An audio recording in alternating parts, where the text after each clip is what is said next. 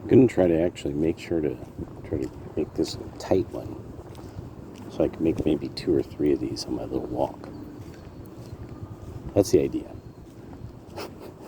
Yes, birds are fighting. Angry birds fighting each other about something. Maybe I'll get a shot of that when I get up there. So, ladies, you want to know how to meet men. I'm one of the right-wing nationalist MGTOW guys who steered so many men away from you. This is what a big part of this is you have to know what they know. That's it. I mean, a big part of this is if you know how these men see the world through the things that are the ideas that fundamentally are just verboten, and you probably will not engage any of this, most likely, because it's not Marxist. It'll make you think things that will make you feel negative sensations, and so you'll probably avoid it. Which that's okay. That of course it's okay. It's fine. One of the most important books that really probably I put this because there will be people who are like, oh come on, really? No. The Mothers by Robert Briffault, Briffault. This is a great one to give you this gateway. There's one quote from it that changed millions of men's mentalities. One line. It's one line taken completely out of context. Now, some of you might be bright enough that you will be like, okay, Robert Briffault, YouTube, Google/YouTube/alphabet, right? And that you'll see, oh, there's a bunch of quotes. People read his quotes, and there's the print there, and but it's very important because, see, when the socialists had to prove it, there were people who tried to take on, yeah, boy, they are at it. What are you guys fighting over? The crows are like mogging some like little birds. This is kind of wild. It is wild. The wild world of birds on the slough. When the socialists had to prove it, people like Robert Briffault apparently were one of these people who was like, no, really, there's a lot of anthropology that shows that what made it wasn't a matriarchy, it was a motherhood. Like people would have a brotherhood, and you would think, for the sake of my brothers. No, for the sake of it was a group of mothers who would run. So the idea is before civilization, society was run fundamentally by the fertile women. The women who had given birth and had given birth, really that there was most likely a tier of success, and it was because there's bride prices, not groom prices. And a holdover from pre-civilization is the dowry, or him bringing something to the table is actually a very good way of putting it. That so the idea would be, from what we now know about behavioral genetics and evolutionary psychology and stuff, that this makes sense that women are saying this. It makes perfect sense. It's completely rational. You're demanding a bride price, but you're putting it as something on a table. So it makes sense. So there's a lot of men who are just like, no, fuck that shit. They're on fuck that noise, right? That's what they're about. I liked that Briffault was pointing out, no. So this, and then he gave this great example of and here's how we know this from various ancient writings about lesser civilized groups around ancient empires. these ways that people would marry. The people describe it. Said, but then you have this group of people who kept doing it the oldest fashionedest way. Noble houses. And he's like, then because he has to preface this, because then he gets into consanguinity and pre-civilized motherhood-based societies and the high consanguinity. He said, and then when you find groups that have taken a pre-civilized society's norms and spread it really far, say across something called the Ummah, you have high consanguinity and matrilineal inheritance, which also comes from pre-civilized societies. So it was really, and he even evidences this with Rome itself, and a landowner, one of the wealthiest landowners in Rome, and she was a woman addressing Senate, directly, speaking to them, which most, and he put it something like within 300 years from that point, this would have been unheard of. And so this book is hard to come by in physical form. This is what's astonishing, is that once you get into this book, it's old-fashioned in a lot of ways, the old-fashioned anthropology, but he cites so many sources that he makes his arguments pretty good, and it's an older way of thinking, so it's also more observant of, this is my theory, and here's all the things observed that I believe support it, and it's not like now. It just doesn't have the same, there's no guile, no rancor, nothing like that could be detected. And it's also because he's arguing something that's absolutely true, that it was really well done the way he did it. And then when I read the Constitution of the Apostles, I realized, wait a second, this buttresses, okay, Christian marriage was unique. The Constitution of the Apostles actually kind of makes this very clear in a lot of the things that it advises about how men are to treat their wife. And the idea being, one, Briffault gets into Christianity was incredibly hard to sell in the Pacific Islands because one wife. Only one? This was baffling to the Pacific Islanders. How could you be you pilot a ship, you're the captain, you only have one wife? What? What? They just couldn't, this was inconceivable. It was understandable that none of the men had wives, but the captain, of course, had to have many wives. He's the captain of a ship. And so there's something, Briffault, and so if you think about it, what I'm saying sounds very Tate-like, I'd imagine. That's what we would say now. It's very Tate-ish, but that's not what I'm getting at. No.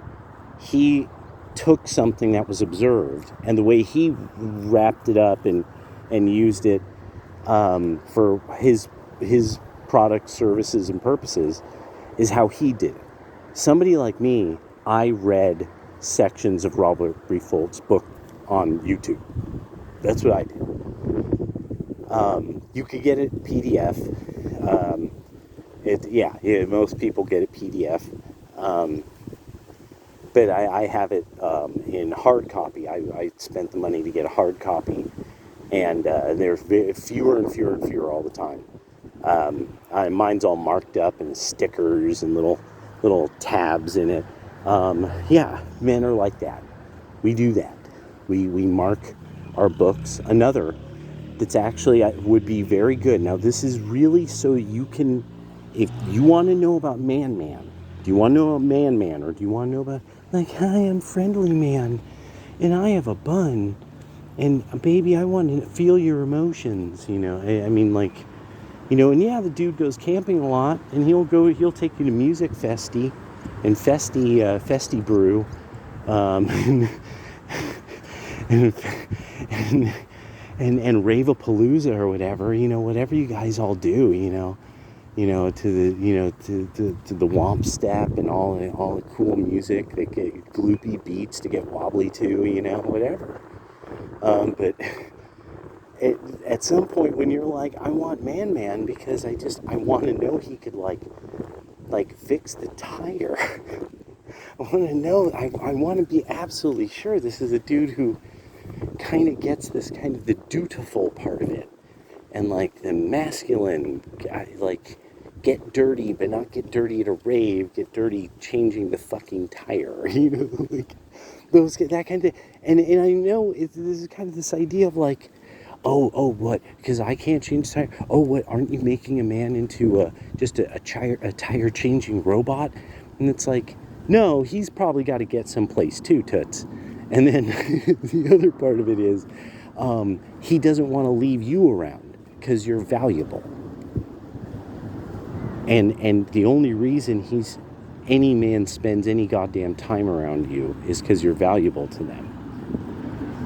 And so then you have F.A. Hayek, Road to Serfdom. Everything you need to understand why socialism is the suck and the shit and the fuck you and the go swinging from a tree, you bastard. This is why all the men are rejecting it. They're rejecting everything public sector charity. All public sector charity is dying before you. You want to believe it has something to do with why you're so cruel, you're using your penis power against people. And no, we know it's a scam. It always has been. It always becomes this. It's based off of scamming people typically and using bad numbers, which almost everything public charity kind of things, Democratic Party hand money to that because just fundamentally the people will die if they don't. That's usually never true. When you look, people dug into it. And we dug into it. We looked into the numbers and we found out, like, no, they're ginning these numbers up. That this isn't true. And it took decades. This took decades.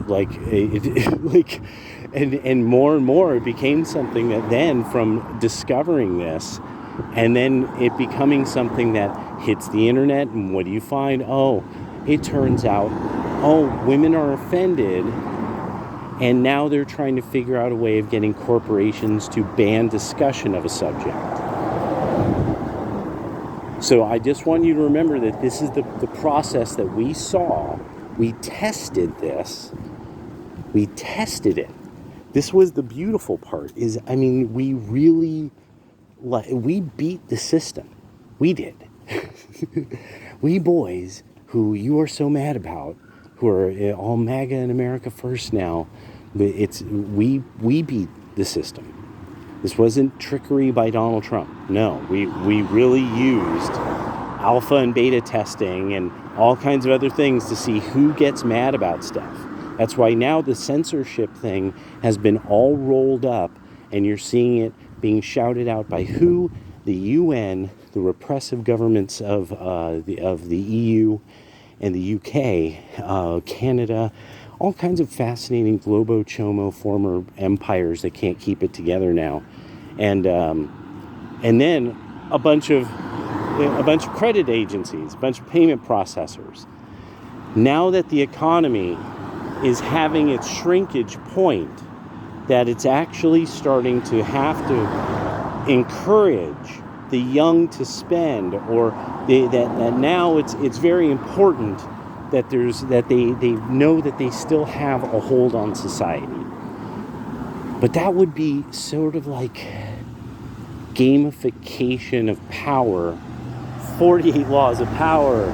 48 Laws of Power will absolutely explain almost everything you'll ever need to know about the way a man's mind works. Vast majority of you. If once you know this, you know man mind mind of man, like to paraphrase the great replicant fish. The 48 Laws of Power is just, it's kind of, C, A, B, C, D, E, so, alpha, beta, so that would be another one that and really it'll help you too. I just can't even give that one enough kudos. Oddly, one that comes up a lot, if you really you're baffled by men, you don't. It comes up a lot. Not so much Sun Tzu, but the Tao Te Ching by Lao Tzu. I would recommend Victor H. Mayer or Red Pine's translation, Red Pine or Victor H. Mayer, and they are in particularly interesting people. As far as their association with such writing and the East Asian culture. But anyway, that's what I would recommend, because you get to understand this one's a real. It is how men think. It is how men think. Men cite this, great minds of the Western world, men of the Western world have cited this work all over the place. And then there's this one specific passage that almost everyone who's ever read it, all dudes know. And when the way prevails under heaven. And it's just, or no, it wasn't when the whale prevails under heaven. No. It's near that one. It's let there be a small state with few people. And it's a beautiful passage. And it's the essence. And just to understand, like, no, this is when everything's in order, this is what life is like. In one picture. Tao Te Ching. Let there be a small state with few people. Oh, that's such a beautiful one. And so so 17 minutes, I think that's more than enough. 48 Laws of Power, Tao Te Ching. I would recommend Victor H. Mayer or Red Pine's translation, just because I'm familiar with those. Victor H. Mayer is the one that I most recommend. If he's worked on more than that since then, look into it. But then F.A. Hayek's Road to Serfdom. This will catch you up to why the opposition to things like the EU, why the opposition to socialism. He was there. He was an economist who was there to see the rise of Adolf, and then after the fall of it all, and he writes a lot about where these ideas come from, how did these have popularity, and it's that there's lots of other socialists at the time who were saying similar things, because they were trying to figure out how to kind of make socialism work, because it was the big idea of the day, and so and it gives you just all these references to all these different people, and then a lot of just logical, just the way that mass movements, and then there's a true secret text. I'll end with that. True secret text is True Believer, Thoughts on the Nature of Mass Movements. The Mothers is fantastic. I think that it's one that a lot of women will like, because I think it'll capture you, because it's about women. But you'll understand, like, this kind of, some of this is kind of uncomfortable. I mean, it really, like, it's a lot of details about things that you're suddenly like, oh, when feminist class taught me this, they didn't put it that way. Like, ew, ew, matriarchy's yucky, ew, Patriarchy's kind of weird and yucky. Ew. Anyway, um, when men were the same size as women, you know. Um, and that's true. That's actually a way of describing when how do you know as a matriarchy? The men were the same size as the women, um, and so. But the Eric Hoffer's True Believer, Thoughts on the Nature of Mass Movements, is an absolutely, so he was considered sort of one of America's true philosophers, and stating that he would just sit and watch the train yard where he worked, and he could see everything in the world. Everything in the world made sense, and or something along those lines. And it's a great book. You'll find lots of people quoting it on YouTube. I highly recommend it if you want to understand the way that what happened with MAGA, what happened with the Democrats. I'll let you fill in who you think is who. I mean, being that our side is more likely to have known this book than yours. Being that a guy like me read it here on YouTube to a lot of people.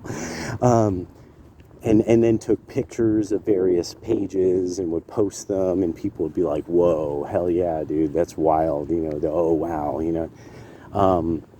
but it really is this thing that once you understand the nature of how people gin up a movement, that goes horribly wrong.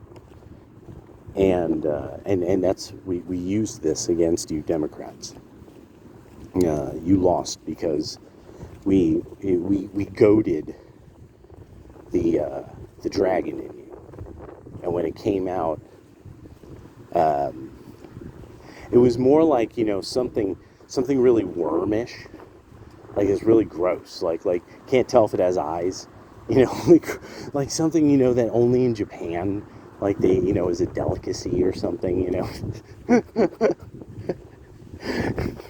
Like, no, you don't want to see what this thing looks like when it's alive. No. like, oh my God, what is this thing?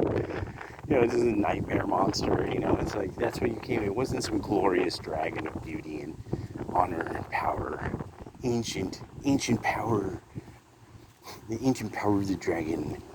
No. This was slime. This was slime wiener. Slime worm. Great, mighty slime worm, and yeah, and it's just, yeah. I mean, the dragon came out and you were wheezing. You weren't even Meowth. You were wheezing. Wheezing. And so now I yeah, that's about it. There we go.